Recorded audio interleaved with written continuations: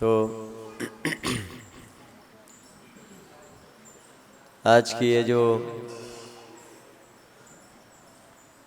हमारी यात्रा है,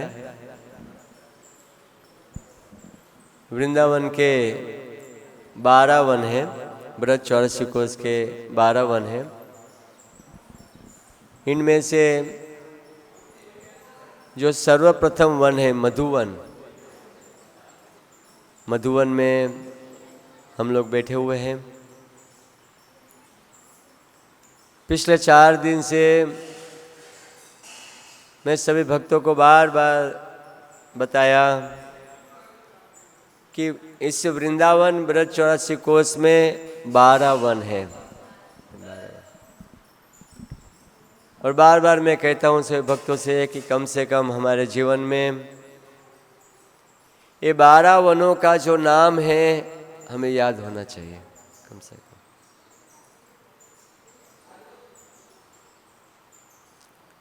वृंदावन की जो भूमि है तपस्या की भूमि है। कभी कभी लोग कहते हैं कि हमें ब्रज 84 कोस परिक्रमा करनी है, लेकिन वृंदावन के अंदर ही केवल एक अच्छा वाला गेस्ट हाउस में रहना है ना। लोग ऐसा कहते हैं। अलग अलग गेस्ट हाउस में जाना थोड़ा एक तपस्या है, रोज़ सामान पैक करना और निकलना। लेकिन भक्तों, ये जो भूमि है जहाँ पर हम तपस्या करते हुए परिक्रमा कर रहे हैं, वहाँ पर हमारे परम गुरुदेव श्री प्रभुपाद जी के जो गुरु भक्ति सिद्धांत सरस्वती गोस्वामी महाराज 3000, 4000, 5000 शिष्यों के साथ इस ब्रज मंडल की परिक्रमा करते थे। और उस समय पर तो ऐसे वाहनों की सुविधा नहीं थी। रहने के लिए धूल में टेंट लगा देते थे और भक्त लोग वहाँ पर रहते थे। बाथरूम टॉयलेट तो बाहर ही जाना पड़ता था। आज भी हम परिक्रमा को जोड़ते हैं। कार्तिक में आकर आप 1 महीना तक परिक्रमा में ज्वाइंट हो जाइए। आपको तपस्या करना पड़ेगा। अभी तो कार्तिक महीने में भी अगर आप परिक्रमा करने आते हैं तो आपको कम से कम गर्म पानी मिलता है। मुझे याद है, मैं 1999 में प्रथम परिक्रमा की, 2000 में की, 2001 में की, 2004 में की, 2007 में की, लेकिन एक बार भी हमको गर्म पानी नहीं मिला। और हेड पंप पे जाना है सुबह उठ के, बाल्टी अपने साथ में होनी चाहिए, बाल्टी मग अपना सब साथ में, और उठते ही अपने अपने बाल्टी लेके चले जाना है। और हेड पंप है, वहाँ पानी भरना है, अपनी बाल्टी भर के रखनी है, फिर टॉयलेट जाना है, आके फिर नहाना है, कपड़ा वहीं निकाल के जाना है। इतनी तपस्या। मोबाइल चार्जर की तो व्यवस्था होती भी नहीं थी, कहीं पर भी मोबाइल चार्ज नहीं कर पाते थे। कहने का तात्पर्य है कि ये जो भूमि है तपस्या की भूमि है। हमारे गोस्वामी लोग यहाँ पर चना चबाते हुए, केवल दूध पीते हुए यहाँ पर रहते थे। और जब हम तपस्या करते हैं तभी भगवान की प्राप्ति होती है। अगर हम केवल एक ही गेस्ट हाउस में वृंदावन में रुक जाते हैं तो परिक्रमा नहीं होती। आप समझ गए? अगर हम इस मंदिर की परिक्रमा करनी है, आप कहोगे प्रभु जी मैं यहीं रह के परिक्रमा करूँ, एक ही जगह पे रह के करूँ, संभव नहीं है। परिक्रमा मतलब आपको भ्रमण करना होगा। एक जगह पर बैठ के परिक्रमा नहीं होती है। तो श्रील प्रभुपाद जी की कृपा से, श्रील रूप गोस्वामी पाद की कृपा से, भगवान श्री चैतन्य महाप्रभु की कृपा से हम लोग ये जो परिक्रमा कर रहे हैं, कल हमारा जो दर्शनीय स्थान था, सुबह सुबह में हम लोग गए थे, लोहवन पर गए थे। दाऊ जी, इतने सुंदर विग्रह था दाऊ जी का एरिया था वो, जो महाराज वज्रनाभ भगवान श्री कृष्ण जब अपने धाम में चले गए, इस भौतिक जगत में अपनी लीला, प्रकट लीला को जब संवारते हुए जब अपने धाम में गए, तो उनके पुत्र का पुत्र वज्रनाभ वो ब्रज के राजा बने हुए थे। तो ब्रज के राजा बने हुए थे तो स्वाभाविक है अपने पिताजी के प्रति उनका स्वाभाविक आकर्षण था। वो तो भक्त भी था। तो उनकी इच्छा थी कि इस ब्रज में उन्होंने जहाँ जहाँ पर लीलाएं की है, जिस जिस जगह पर उन्होंने लीलाएं की है, वो स्थान को प्रकट करना। उन्होंने गोविंद देव जी का मूर्ति बनाया, विग्रह बनाया। ये जो दाऊ जी का जो कल विग्रह था ना, वो महाराज वज्रनाभ ने आज से 5200-250 साल पहले इसी मूर्ति को बनाया था, और बिल्कुल भगवान से दाऊ जी से मिलती जुलती है। क्योंकि जब वो एक के बाद दूसरी पीढ़ी थी, तो उनका स्वरूप के बारे में तो जानकारी होती है वहाँ पे। तो हुबहू बलराम जी जैसा ही विग्रह है दाऊ जी का, और दाऊ जी बड़े अद्भुत कृपालु हैं। और दाऊ जी का दर्शन किया, दाऊ जी का दर्शन करके हम लोग गोकुल में आए। गोकुल जहाँ पर भगवान ने अपनी बाल्य लीलाएं की, बचपन की जो लीलाएं थी भगवान की, इस गोकुल की नगरी में हुई है। खास करके मक्खन की मटकियाँ फोड़ना, फिर ग्वाल बालों के साथ इस गोकुल की गलियों में धूल में लौटना बिना वस्त्र पहने हुए। बहुत सुंदर कथा है वहाँ की, जो गोकुल की जो लीलाएं है भगवान की, अद्भुत अद्भुत लीलाएं हैं। और एक बार दाऊ जी के साथ भगवान अपने घुटनों के बल पे दोनों भाई प्रांगण से बाहर निकल रहे थे। एक मेढक वहाँ पे था, मेढक जंप लगा रहा था। तो मेढक जंप लगा रहा था तो कृष्ण कहता, देखो दाऊ मैं उससे बड़ा जंप लगा रहा हूँ। दाऊ कहता मैं इससे बड़ा जंप लगाऊंगा। दोनों मेढक जंप लगाते हैं, दोनों ऐसे ऐसे जंप लगा रहे हैं मेढक की तरह।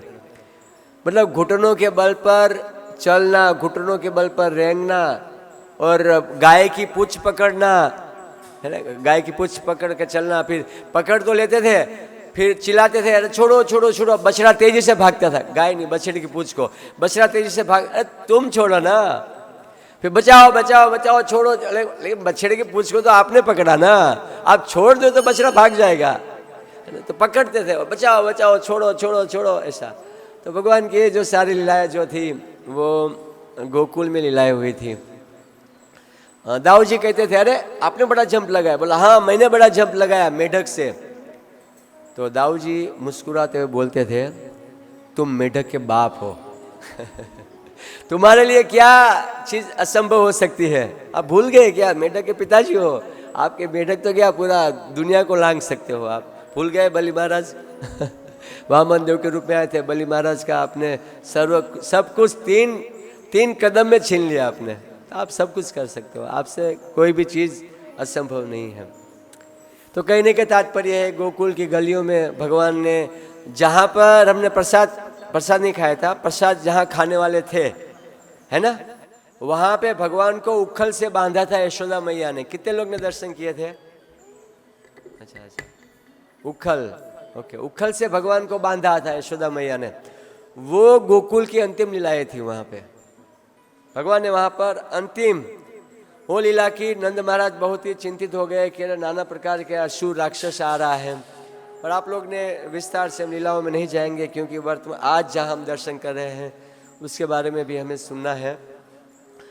लेकिन एक बहुत सुंदर लीला है, माखन चोर की लीला। थोड़ा हमें कहने में अच्छा लगता है, थोड़ा वो कह देता हूँ। कभी कभी लोग कहते हैं कि भगवान ने माखन की चोरी क्यों किया। ठीक है, आप YouTube से ही सुन लीजिएगा। हमने पूर्व में इसके बारे में विस्तार से बताया कि भगवान माखन की चोरी क्यों किया। वाय, भगवान माखन की चोरी क्यों करते हैं। हम इसको बंद ही रखते हैं, आप ही उसको खोल दीजिएगा। कहने का तात्पर्य, गोकुल में भगवान की बाल्य लीलाएं, बहुत सारी लीलाएं भगवान के गोकुल में हुई हैं। गोकुल के बाद हम लोग आए थे रमण रीति। जिस रेती में वहाँ पर भगवान खेलते थे, लौटते पोटते थे। कितने लोग लौटपोट हुए थे रेती में? अच्छा, सबका वीडियो देखेंगे हम लोग। हाँ, पूरा खारगर वाला देखेंगे। देखो ये है ना, घर पे कभी झाड़ू नहीं मारते, लेकिन यहाँ पे रेत में लौटते पोटते हैं देखिए लोग ब्रज में कैसे भाव में आ गए। फिर वहाँ से हम लोग वहाँ पर कृष्ण बलराम जी अपने सखाओं के साथ खेलना कूदना दिन भर। रमन रेती लौट्यो नहीं, कियो न यमुना पान, रे मन तू क्या जाने, ब्रज की महिमा अपार। ब्रज की महिमा इतनी अपार है। अगर हम रमन रेती में लौटते पोड़ते नहीं है ना, तो ब्रज को हम लोग समझ पाते नहीं है। धूल में तो लौटना चाहिए, क्योंकि ब्रह्मा जी स्वयं है ना, ब्रह्मा जी स्वयं बरसाना में पहाड़ बनकर बैठे हैं, शिव जी स्वयं नंदेश्वर पहाड़ के रूप में है, और इसी ब्रज रज में उद्धव जी घास बनकर है। उद्धव जी भगवान से कहते हैं कि हे प्रभु, भगवान से कहते हैं कि हे प्रभु, कि मुझे ब्रज में घास बना दो ताकि ब्रजवासी मेरे ऊपर चढ़े, उनके चरणों का रज चाहिए मुझे।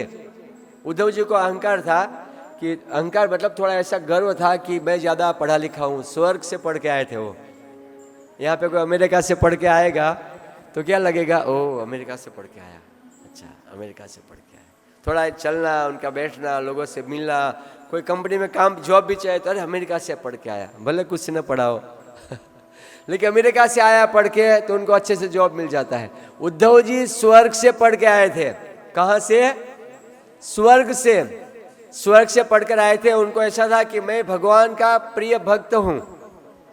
उनको हृदय में से एक वो था, हमें भी लगता है ना हम अच्छे भक्त हैं, हमें क्या लगता है, हम अच्छे भक्त हैं, हमें ऐसा ही लगता है। उद्धव जी को ऐसा लगता था। भगवान समझ गए कि उद्धव जी को सही ज्ञान देना होगा कि वास्तव में भक्त कौन है। भगवान ने उद्धव जी से कहा कि उद्धव जी जाओ, गोपियों को मेरा संदेश देना। बहुत दिनों से भगवान वृंदावन से मथुरा, मथुरा से भगवान जो थे द्वारका आए थे, और भगवान को विरह हो रहा था गोपियों का। तो भगवान उद्धव जी से कहते आप जाओ, दूत बनकर जाओ और गोपियों से कहना ये मेरा संदेश जो है आप गोपियों को सुनाओ। उद्धव जी गए थे वहाँ पर, तो उद्धव जी ने देखा कि गोपियों को कृष्ण के प्रति प्रेम, राधा रानी पागल हो चुकी थी।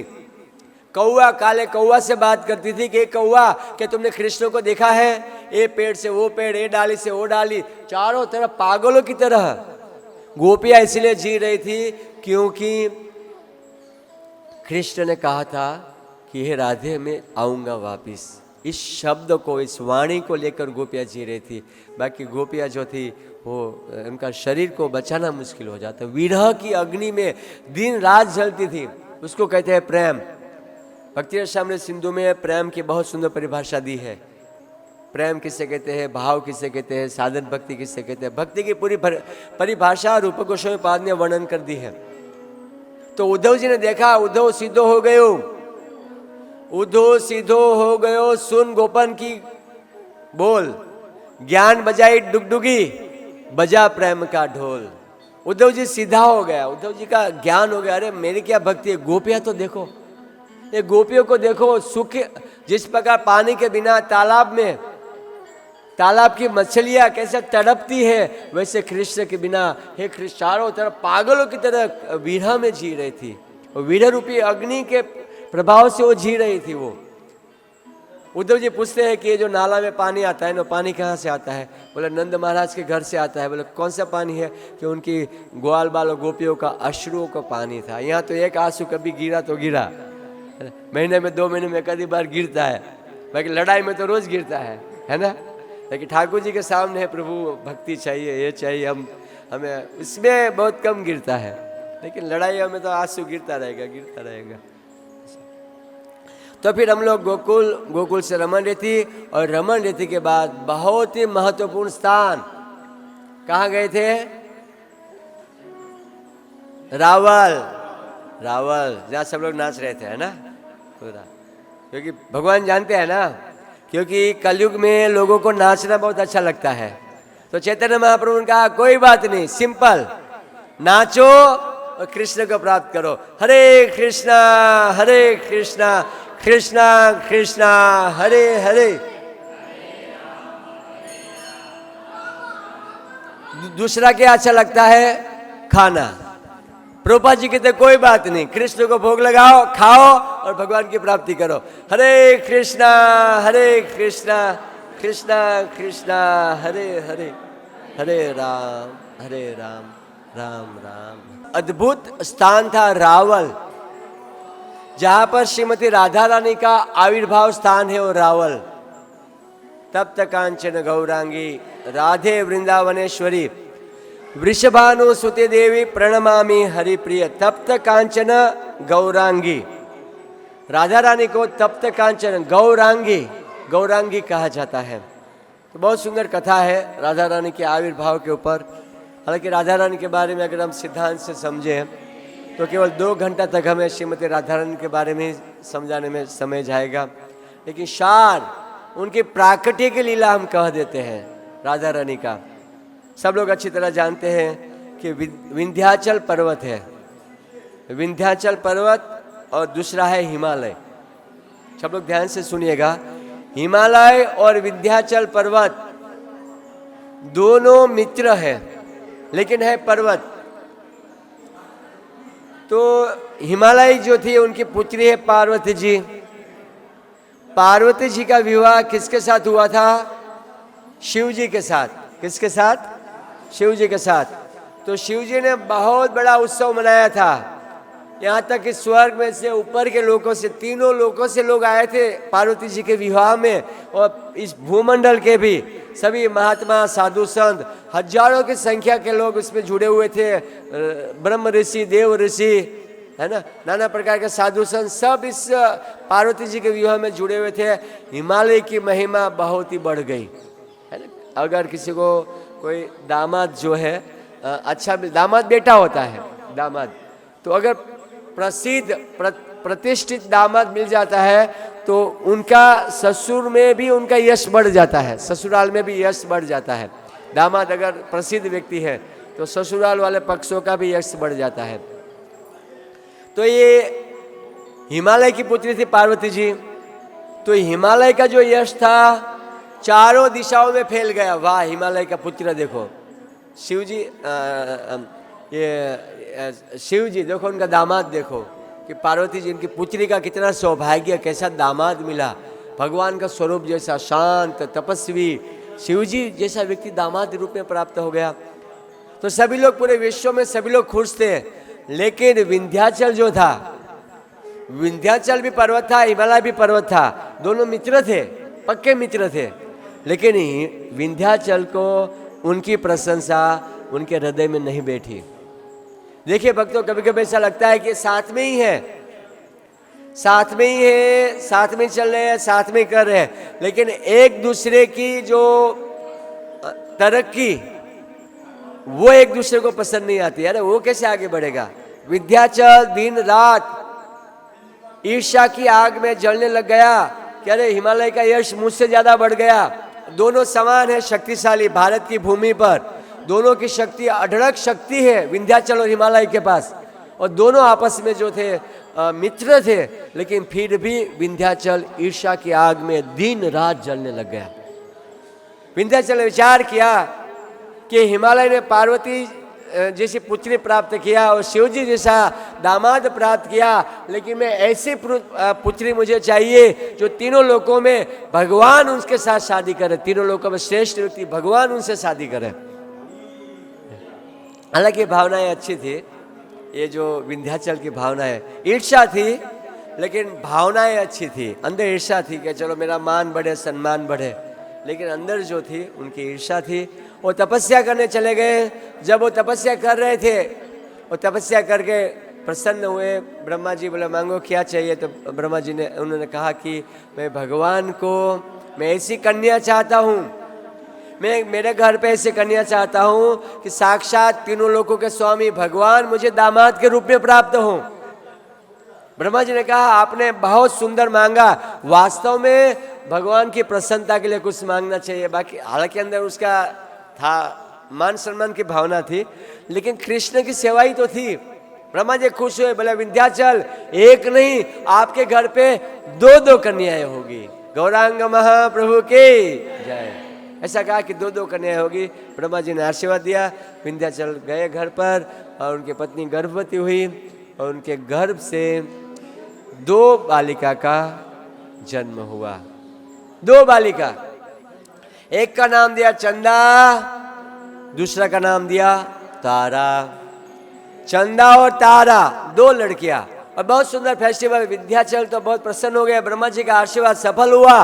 देखिए मेरे बेटों का विवाह भगवान के साथ होने वाला है। उन्होंने बहुत बड़ा उत्सव मनाया, क्योंकि हिमालय भी उत्सव कर रहा था, ये भी उत्सव कर रहा था। इतना बड़ा उत्सव बनाया, पूरे विश्व के सभी लोग को उन्होंने आमंत्रित किया। और इसी उत्सव में जब उत्सव चल रहा था, बेटियों को पालना में सुलाया हुआ था, मेहमानों का सम्मान हो रहा था, कोई प्रसाद खा रहा था, कोई गा रहा था, कोई नाच रहा था, उसी समय पर दो राक्षसी आई। वो दोनों राक्षसी ने दोनों बालिका को उठाया और उठा के आकाश मार्ग के ऊपर चली गई। अब देखिए, जिनका जन्मदिन मना रहे थे वही बालिका को एक राक्षसी आकाश मार्ग से लेकर चली गई। विंध्याचल, देखिए विंध्याचल पर्वत कहाँ पर है, वहां से विंध्याचल। और राक्षसी आकाश मार्ग से, आप देखिए विंध्याचल और उसकी पत्नी की हालत क्या होगी। उनकी दोनों बेटियों को राक्षसी आके लेकर गई। फेस्टिवल में जो आनंद था वो शोक मग्न हो गया, लोग स्त्रियां रोने लग गई, चारों तरफ हाहाकार मच गया। अरे क्या हो गया, क्या हो गया। दोनों राक्षसी दोनों बालिका को लेकर चली गई विंध्याचल, तो सर पटक पटक के रोने लगे। उसी समय पर बड़े बड़े तेजस्वी ब्राह्मण बैठे हुए थे, बोले विंध्याचल आप डरो मत, रो मत, अभी अभी राक्षसी की सारी शक्ति को हम खत्म करते हैं। उन्होंने जनोई निकाला, गायत्री मंत्र इत्यादि मंत्र बोला, जल निकाला, आचमन किया और मंत्र बोलकर 2-3 मिनट तो लगता है ना, 3-4 मिनट, कुछ टाइम लगा, मंत्र बोला। और जैसे उन्होंने मंत्र बोलना शुरू किया, आकाश मार्ग से राक्षसी जा रही थी, उनके उड़ने की शक्ति खत्म होने लगी। और शक्ति जब खत्म हो गई, आगे बढ़ती बढ़ती जा रही थी और बढ़ते बढ़ते रावल करके गांव आया। उनकी शक्ति क्षीण होती जा रही थी। ऊपर से एक लड़की को उन्होंने रावल में फेंका।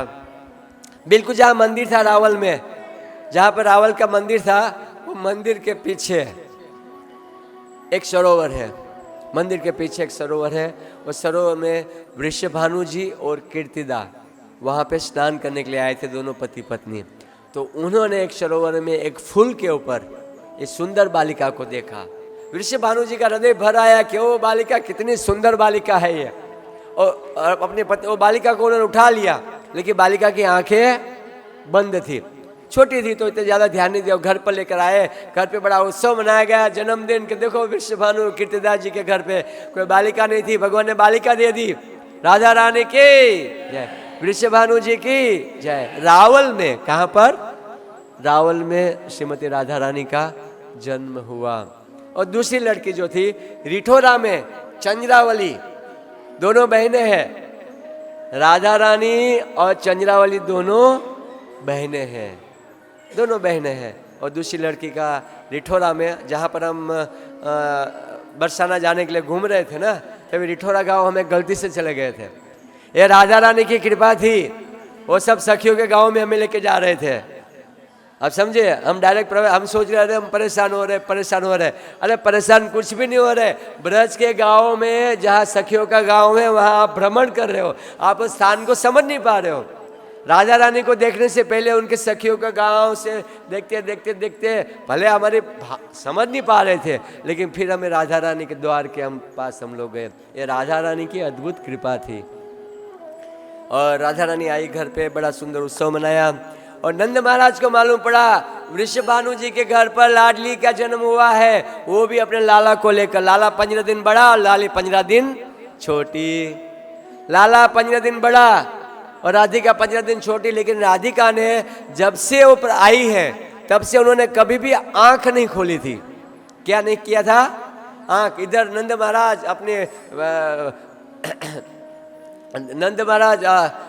अपने परिवार के साथ, ग्वाल बाल गोपियों के साथ, यशोदा मैया के साथ वो आए। नंद महाराज ये रावल में आए और वृषभानु जी का उत्सव चल रहा था, तो पहले बालिका को देखने के लिए वो कृष्ण को लेकर वहाँ पर गए। कृष्ण बिल्कुल छोटा था, तो वो तो क्या बालिका को देखे। नंद महाराज ने देखा, यशोदा मैया ने देखा, सब ग्वाल बालों ने देखा, और बालिका आंखें नहीं खुलती है। वृषभानु जी को दुख था कि बालिका छोटी है, 15 दिन की, आंखें क्यों नहीं खुलती है। बड़े बड़े डॉक्टरों ने कहा कि नहीं कुछ नहीं, आगे चल के खुल जाएगा। लेकिन दोनों माता पिता दुखी थे, कहीं उनकी आंखें तो नहीं हो, ऐसा भी हो सकता है। आंख क्यों नहीं खुल रही है। वह फेस्टिवल चल रहा था, बड़ा उत्सव चल रहा था। नंद महाराज इत्यादि नाना प्रकार के मेहमानों के स्वागत में, सेवा में लग गए, आपस में मिल रहे थे। कृष्ण बिल्कुल राधा रानी के पारणा के बाजू में बैठे थे। ऐसे तो रसिक शेखर है, आया था राधा रानी को देखने के लिए और तुरंत ही, अभी छोटे थे, 15 दिन के थे। कितने दिन के, 15 दिन के थे, बिल्कुल पाना के बाजू में उनको यशोदा में रखा था। लेकिन धीरे धीरे धीरे धीरे धीरे राधिका जी को देखने के लिए गए। राधिका जी पाना में सो रही थी और जैसे रसिक शेखर ने इस पाना के अंदर नजर किया, नजर करते राधा रानी ने मुस्कुराते हुए अपनी आंखों को खोल दी। हरे कृष्णा कृष्णा कृष्णा हरे हरे। ये जो कथा जो थी वो रावल की कथा है। सब लोग को याद है ना रावल? सबको डांस याद रहेगा वहाँ पे, गाजता बाजता रावल को भूल जाए लेकिन डांस को नहीं भूलेंगे। ऐसा ओके। तो ये रावल जो था वो बहुत ही दिव्य स्थान है इस तीनों लोकों में, जहाँ पर श्रीमती राधा रानी का आविर्भाव स्थान है रावल। हम लोग रावल में गए थे, बड़ा हमें दुख लगा कि हमें कथा के लिए कोई योग्य स्थान नहीं मिलता है। हम तो हर एक स्थान के ऊपर बहुत सुंदर रूप से आपको बताना चाहते हैं, लेकिन समय का अभाव हो जाता है, हमें आगे भी बढ़ना होता है, तो हम विस्तार से नहीं कर सकते। लेकिन भगवान हमें व्यवस्था देंगे, कम से कम हम आपको YouTube के माध्यम से हर एक स्थानों के बारे में बहुत जल्दी विस्तार रूप से आपको हम उपस्थित कराएंगे। हमारा ऐसा प्रयास है। फिर बाद में रावल करके हम गेस्ट हाउस में आए, मथुरा में आए। अहो मधुपुरी धन्यात वैकुंठात गरीयसे दीनमेकम निवासते हरेर भक्ति उपजायते। एक दिन रहने से कृष्ण प्रेम प्राप्त हो जाता है मथुरा में। लोग कहते हैं कि प्रभु जी हमें वृंदावन में रह के ब्रज 84 कोस कराओ, नहीं हो सकती है। ब्रज 84 कोस तपस्या की भूमि है, दल दल भटकना होगा, परिक्रमा करना है। एक जगह पर खड़े होकर परिक्रमा कीजिए इस मंदिर की, आपको आगे चलना होगा, वहीं रुकना होगा आगे आगे, तभी ये परिक्रमा होती है। तपस्या की स्थली है ये। और हर एक स्थान पे, मथुरा में एक दिन रुको, गोकुल में एक दिन रुको, बरसाना में एक दिन रुको, नंदगांव अपने गोवर्धन पे एक दिन रुको, राधा कुंड पे एक दिन रुको। रुकते जाएंगे तो हमें नाना प्रकार की धाम की सेवा की कृपा प्राप्त होगा। ये तपस्या की भूमि है। हमारे गोस्वामी लोग वैसे करते थे, हम वैसे ही कर रहे हैं। भले हमें तपस्या लगे, क्योंकि हम कभी इस प्रकार से किए नहीं है जीवन में। खास तो मैंने भी गांव का रहने वालों, हमने भी नहीं किए। और आप तो बॉम्बे से रहने वाले, आपने कहाँ कभी ये सब किया होगा। लेकिन निश्चित रूप से उसका फल अच्छा है। थोड़ी तपस्या कीजिए लेकिन फल अच्छा है। ये तपस्या का ये जो परिक्रमा, ब्रज 84 कोस परिक्रमा सबको संभव नहीं है। भक्तों इसको लाभ लीजिए। आपस में लड़ाइयों में, आपस में नाना प्रकार के प्रॉब्लम में अपना समय व्यर्थ नहीं कीजिए। मैं लास्ट 10 साल से देख रहा हूँ कितने लोग आए बाद में नहीं आ पाते हैं। चाहे कार्तिक की 1 महीना की हो, चाहे 10 दिन को हो, शरीर भी छूट जाए कोई भरोसा नहीं। इसका पूरा लाभ उठा लीजिए भजन करते हुए। क्या करते हुए? भजन करते हुए, भजन माला करते हुए लाभ ले लीजिए। सब चीज़ें चलती रहेगी, मूल करता धरता वही है। उनकी इच्छा कि हम कितना भी योजना प्लान करें, इस यात्रा के लिए हमने कितने मीटिंगें की, कितना प्लान किया, सब कुछ टूट जाता है। उनकी इच्छा के बिना कुछ होता है क्या? अचानक बारिश आ जाएगा, गेस्ट हाउस वाला चाबी नहीं देगा, प्रसाद वाला अंदर घुसने नहीं देगा वहाँ प्रसाद खाने के लिए। हम के प्रसाद भेजने वाला चम्मच नहीं भेजेगा, ग्लास नहीं भेजेगा, पत्तल नहीं भेजेगा, प्रसाद टाइम पे नहीं भेजेगा, तो हमारा प्लानिंग टूट ही जाएगा। उन्हीं की इच्छा है। तपस्या करो ये, और जो तपस्या ज़्यादा करेगा वही फल पाएगा। आप सोचोगे मैं बॉम्बे की तरह रहूं, अरे राजा को भी तपस्या करनी पड़ती है। यात्राओं में ये पिकनिक नहीं है, आप समझिए। पिकनिक में क्या होता है? 5 स्टार 7 स्टार, आप समझिए पिकनिक। ये यात्रा है, ये तपस्या करनी है। यहाँ पे जो टेंट लगा के रहना है, हमें क्या करना है?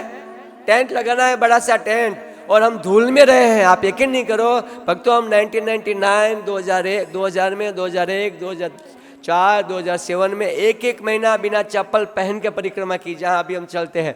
लेकिन टेंट में टॉयलेट बाहर, पानी हैंडपम्प, इतनी ठंडी में कांपते कांपते कपड़ा भी हैंडपम्प से धोना, तो ये तपस्या। लेकिन अभी प्रभुपाद जी की कृपा से हमें कम से कम टॉयलेट, वो भी अटैच, आपको कॉमन नहीं, कैसा अटैच नहीं देंगे तो प्रभु जी, अरे प्रभु जी हमें कामेवन में नहीं मिल रहा था, अरे हमने बात किया हमें अटैच, बोला नहीं अटैच तो है नहीं, मिल जाए, अभी मिल गया, चिंता मत करो। हाँ, कोरोना में अटैच पिछले साल, अच्छा कोरोना भी नहीं था, अच्छा ठीक है। अभी कोरोना के बारे में तो हम अभी नहीं कहेंगे, लेकिन कहने का तात्पर्य है तपस्या। देखिए किचन अलग होता है, खाने का जहाँ किचन होता है वहाँ खाते हैं क्या? बेडरूम अलग होता है, मतलब सभी हर एक वस्तु का अलग अलग काम है, हर चीज का। तो ये तपस्या की भूमि है, बॉम्बे पैसा कमाने की और भोग की भूमि है। इस्कॉन मंदिर तपस्या की भूमि है बीच में, लेकिन नाना प्रकार का पिकनिक स्थान है, भोग और पिकनिक की भूमि है, ये तपस्या की भूमि है। किचन में प्रसाद पकेगा, खाने का स्थान अलग, बेडरूम अलग, है ना, नाना प्रकार का अलग अलग सब व्यवस्था होती है। आप बोलोगे नहीं मैं किचन में टॉयलेट जाऊंगा, टॉयलेट में, ऐसा नहीं होता है। तो ये तपस्या की भूमि, यहाँ पैसा नहीं कमाना है। कभी सोचिए मत, कोई बिल्डर, मेरे साथ एक बिल्डर आया था यात्रा में, बोला प्रभु जी यहाँ बिल्डिंग बहुत बन रही है, क्या जमीन लिया जाए? मेरा बॉम्बे में ले लो आप। यही करने आप वृंदावन में आओगे, आपको वृंदावन में केवल भजन करने आना है। क्या जमीन लेना है, बिल्डिंग बनाना, क्या बॉम्बे में नहीं कर सकते क्या? अरे भजन करो, यहाँ पे तपस्या, यहाँ पे केवल भजन करना है। यहाँ पे कोई पैसा कमाने के लिए इन्वर्टर ले लेंगे, बैटरियाँ बेचेंगे, ये सब करने के लिए नहीं है ये भूमि। अगर पैसा ही कमाना, ये तपस्या करो। और फिर रावल आए थे हम लोग, रावल के साथ मथुरा आए, और मथुरा के बाद हमने भगवान का जन्म स्थान है, इसके बारे में तो आपने बहुत सारी कथाएं सुनी हैं, हम समय का अभाव है विस्तार से अभी नहीं बता रहे। और मथुरा के बाद अभी हम लोग मधुवन में हैं। कहाँ पर? मधुवन में। ये बहुत ही रमणीय स्थान है ये। यहाँ पे आपने ध्रुव महाराज का नाम सुना होगा ना, ध्रुव महाराज। ध्रुव महाराज ने यहाँ पर ही बैठ के तपस्या किया था। क्या किया था? और भगवान को प्राप्त किया था इसी पहाड़ के ऊपर। देखिए यहाँ का वाइब्रेशन कितना होगा, ध्वनि, मंत्र ध्वनि कितनी सुंदर होगी, वातावरण कितना सुंदर होगा जहाँ यहाँ भगवान प्रकट हुए, और इसी भूमि पे हम लोग बैठे हुए हैं। ध्रुव महाराज बिल्कुल बहुत छोटे थे, और उनकी दो माता थी, एक सौतेली माता थी और एक जिनसे उन्होंने जन्म लिया था, वो जन्मजात वो माता उनकी थी। और दोनों माता से उनका जो जन्मजाता जो माता जो थी, वो माता के उनके जो पिताजी जो थे, ध्रुव की जो माँ जो थी, उनके प्रति हमेशा द्वेष रखते थे, क्योंकि सौतेली माँ बहुत सुंदर थी। तो महाराज उत्तानपाद जो थे, वो सौतेली, ध्रुव की जो सौतेली माँ थी, उनके प्रति ज़्यादा प्रभावित थे। और सुरुचि और सुनीति, सुरुचि, तो सुरुचि बहुत सुंदर थी, सुरुचि के प्रति प्रभावित थे। लेकिन सुनीति जो थी, जिनसे ध्रुव का जन्म हुआ था, सुनीति के प्रति वो भेदभाव करते थे। और एक बार महाराज ध्रुव जो थे, वो अपने पिताजी के गोद में बैठने गए, तो सुरुचि ने उनको हटा दिया, डांटते हुए भगा दिया। तो ध्रुव रोता हुआ अपने माँ के पास गया, तो उसकी माँ ने कहा कि बेटा कोई बात नहीं, आप तपस्या करो और तपस्या करके भगवान की प्राप्ति के लिए प्रयास करो, भगवान ही तुम्हें राज्य दे सकता है। ध्रुव महाराज को राज्य चाहिए था, ध्रुव महाराज को उनके पिताजी से भी बड़ा राज्य चाहिए था। तो उनकी माँ ने कहा बेटा भगवान ही तुम्हें दे सकता है। क्षत्रिय राजा था, और माता की आज्ञा से वृंदावन के वनों में आया। मधुवन अपना विश्राम घाट के पास में ध्रुव टीला है, ध्रुव टीला पे उन्होंने वहाँ पे स्नान किया। नारद जी मिले, नारद जी ने उनको मंत्र दिया, ओम नमो भगवते वासुदेवाय, और इसे मंत्र लेकर वो यहाँ पर आया पहाड़ के ऊपर। रोज़ यहाँ पे यमुना स्नान करते थे, यहाँ पे मंत्र का उच्चारण करते थे, और इस प्रकार तपस्या करते हुए, आप लोग जानते 3 महीना किस प्रकार से तपस्या की। और तपस्या करते हुए ध्रुव महाराज ने सतयुग में यहाँ पर भगवान की प्राप्ति की। सतयुग में एक मधुदैत्य नाम का असुर था, जिनका पुत्र लवणासुर था, मधुदैत्य। तो मधुदैत्य इतना पराक्रमी था, उनके पास एक त्रिशूल था, जिन त्रिशूल के माध्यम से, शक्ति से, जो शिवजी ने दिया था, जो अमरत्व प्रदान करता था। जब तक इस मधुदैत्य के पास त्रिशूल था, तब तक उनको कोई मार नहीं सकता था। जब तक उनके पास त्रिशूल था, तब तक उनको कोई मार नहीं सकता था। और उन्होंने मंधाता राजा, जो पृथ्वी का चक्रवर्ती सम्राट राजा थे, जो धार्मिक राजा थे, भगवान राम के वंशज थे, उस मंधाता का राजा को उन्होंने इस त्रिशूल के बल पे मार दिया था। हाहाकार मच गया था इस भारत की पृथ्वीलोक में मंधाता की मृत्यु के बाद। तो वो मधुदैत्य के अत्याचार से पूरा पृथ्वी के सभी साधु संत परेशान थे। और इसी मधुदैत्य ने अपना जो त्रिशूल जो था, जो शिवजी ने दिया था, वो अपने पुत्र लवणासुर को दिया। जब अपने पुत्र लवणासुर को दिया, तो लवणासुर जो था, लवणासुर जो था वो भी पिताजी की तरह अधर्मी थे, जितने पिताजी अधर्मी थे वैसा ही वो भी अधर्मी थे। और हाहाकार मचे, तभी राम का राज्य था, त्रेता की बात है, राम का राज्य था अयोध्या में। तो राम ने लक्ष्मण जी को भेजा और लक्ष्मण जी ने भेजकर ये जो मधु दैत्य का ये जो लड़का जो था उनका लक्ष्मण जी ने उनका वध किया था। त्रेता युग में लक्ष्मण जी ने यहाँ पर राज्य किया इस मथुरा भूमि में। द्वापर युग में भगवान श्री कृष्ण आए और कलयुग में भगवान श्री चैतन्य महाप्रभु आए। मतलब चारों युगों से ये मथुरा की जो भूमि है चारों युगों से पवित्र भूमि है। यहाँ पर इस मधुवन में चारों युगों से यहाँ पर धर्म का ही नियमों का पालन चारों युगों से धार्मिक स्थान रहा है मथुरा की भूमि में। ये मधुवन है। हम कौन से वन में गए, सबको याद है क्या? कौन से वनों में? पहला वृंदावन, बाद में नहीं थोड़ा हाँ सही है लेकिन थोड़ा सा आगे पीछे। पहले वृंदावन जहाँ रुके थे वहां से स्टार्ट किया, बाद में हाँ भद्रवन, भांडीरवन, हाँ बेलवन। हम अंदर नहीं गए थे, आते समय दर्शन कर बेलवन।